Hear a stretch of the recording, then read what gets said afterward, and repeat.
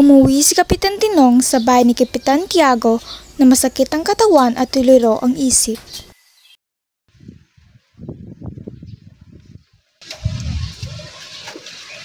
Ready, Prime. Kung hindi ko sinunog ang mga papeles mo, tiyak, binitay ka na nila. Mabutit ginulpi lamang. Ngunit kung buong bahay mong aking sinunog, tiyak, hindi ka na nila kinante. Magpasalamat ka na lamang at hindi ka pinadala sa Mariana upang magtanim ng kamote.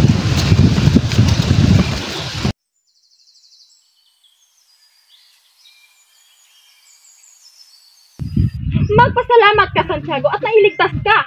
Pasalamatan mo ang Birhen ng Antipolo, ang Birhen ng Kasanto-Santuang Rosario, at ang Birhen ng Carmen. At bakit sila labas sa salamatan ko, Isabel?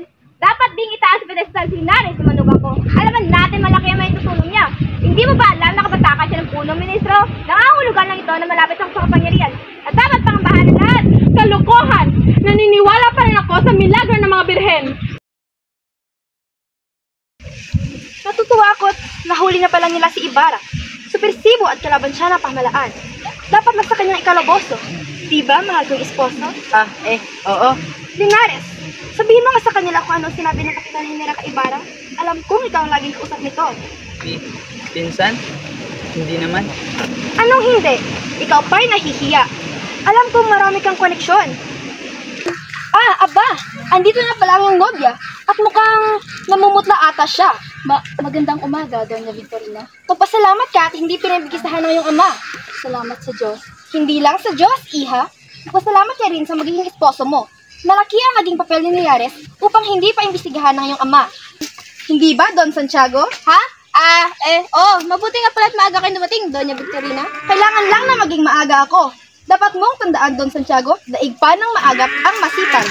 Nandito nga pala ako upang pag-usapan natin ang permanent. Pagpaunan ninyo, pero babalik na ako sa aking kwarto. Sige, Iya. May malagang pag-uusapan na kami, Doña Victorina. Hindi ba't mas maigi na marinig ng iyong dalagang ating pag-uusapan, Don Santiago? Mahina pa si Maria, Doña Victorina. Hayaan mo na natin siya makapagpahinga.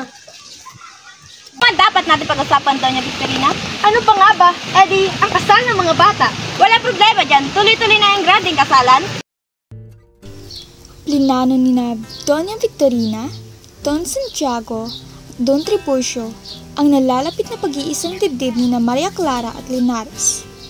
Pinag-usapan dito kung kailan ang kasal, saan magaganap, at kung sino ang mga taong iimbitahin.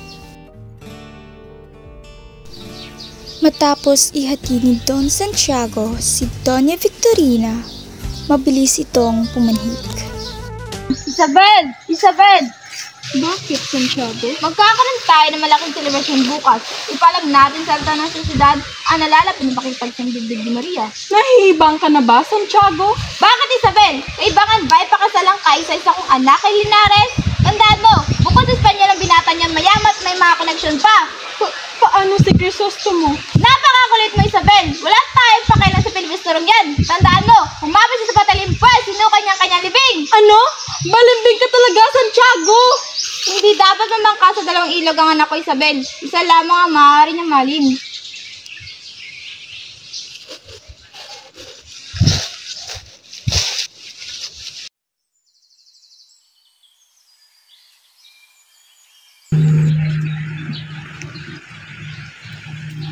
Maganda si Maria, pero hindi ko sinasang-ayunan na magpapakasalang siya ng dahil sa kayamanan. Mas lalong hindi ko inaaprobahan sapagkat ibibitay na si Ibarra. Magpapakasal na siya sa iba? Oo nga, tama ka.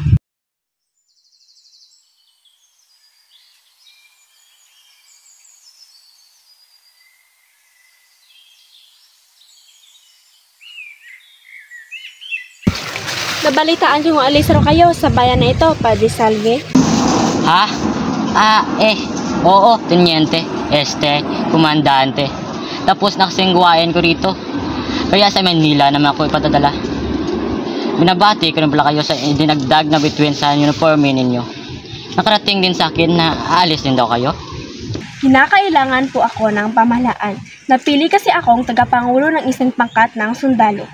Naatasan rin akong pasukuin, hindi manuhuliin ang mga naliparang palibustero sa lalawigan. Sigurong labis ang parusa sa isang palibustero. Ano po naming parusa ang ibinibigay sa pinaka-leader nito? Bitay po. Kawawang Ibarra. Padre Salve, Komandante. Mga Ginoo, pakihalo na sa inyong usapan. Nabalitaan ko pong hindi naman bibitayin si Senyor Crisostomo Ibarra. Hindi bibitayin? Ano po kaya ipaparusa sa kanya, Kliyente Ibarra? Naniniwala ako na makaligtas ang mabait na binata sa mga investigador kung hindi inamin na ang liham ay galing sa kabata bago ito pumunta sa Europa. Paano naman napasa kamay ng mga investigador ang nasabing sulat?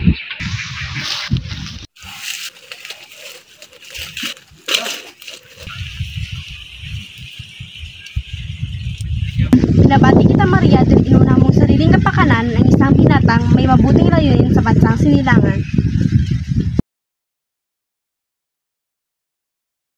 Ihatid po ninyo ako sa aking silid. Bakit, Iha? Ako po'y nahihilo. Nais ko mamahinga. Sabihin na lang ninyo sa aking ama na ako'y matutulog na. Halika na.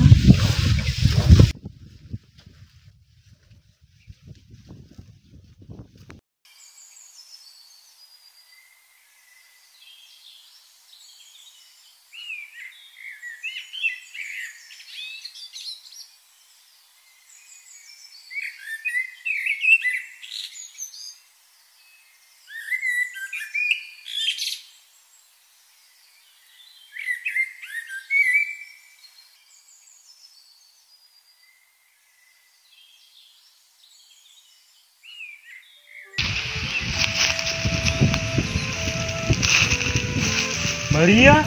Maria! Crisostomo! Crisostomo, salamat at nagkita na tayo. Paano ka nakaalis sa bilangguan? Iniligtas ako ni Elias sa bilangguan na pinaghatiran sa akin ng mapagmahal na kababata at matalik na kaibigan. Natatandaan mo ba ang sumpang ipinangako ko sa harap ng bangkay ng aking ina? Na kita'y paliligayahin kahit anuman ang mangyari sa akin, hiningad kong ialay sa iyo ang 1,000 at isang katuwaan sa buhay, pag-ibig, katahimikan at karangalan. Pero nagkulang ka sa iyong sumpa sapagkat hindi mo naman siya ina. Narito ka, Crisostomo, hindi upang patawarin ako. Naririto ka upang sumbatan ako, upang dustahin ako. Naririto ako, Maria, hindi upang husgahan ka. Gusto lamang kita makita sa huling pagkakataon. Sa pagkikita natin ngayon, alam kong magkakaroon ka ng katiwasayan. Minamahal kita, Crisostomo, alam mo yan. Pero kailangan magkalayo ang landas natin sa utos ng kapalaran. Hindi mo alam ang kasaysayang pinanggalingan ko, Crisostomo. Wala kang kaalam-alam kung sino talaga ako. Ugat ng kasaysayan? Patawarin sana ako ng aking ina sa pagbunyag ng sikretong nakapaikot sa aming pamilya. Sekreto ng inyong pamilya? Oo, Crisostomo. Hindi si Don Santiago na dating mong kaibigan ang tunay na ama ko, kung hindi si... Sino, Maria? Sabihin mo sa akin. Pakahinahon ka, Maria. Ibulong mo sa akin kapag hindi mo ito masabi at nababagabag ka na may makarinig. Halika at ibubulong ko sa iyo. Hindi ako makapaniwala, Maria. Iyan ang dahilan kung bakit suko hanggang langit ang galit niya sa iyo nang malaman niyang nagkakaunawaan na tayo. Pinag-usapan ni Maria Clara at Ibarra ang tungkol sa ama ni Maria. Ipinakita din ni Maria Clara ang sulat na nagpapatunay na hindi si Don Santiago ang kanyang ama. Hanggang sa umabot sa kasalan ng kanilang usapan. Nabalitaan ko, Maria, na ikakasal ka na raw. Labag sa kalooban ko ang lahat, Crisostomo. Pero tandaan mong makasal man ako kay Linares ay di ko kalilimutan ang sumpang binitawan ko sa iyo. Iibigin kita hanggang kamatayan. Pinigyan ng mahigpit ni yakap ni Maria Clara si Ibarra. Aalis na sana si Ibarra nang pigilan siya ni Maria. Binigyan niya ito ng halik, tanda ng kanyang pag-alis. Malungkot si Maria Clara sapagkat umalis muli ang kanyang minamahal na si Ibarra.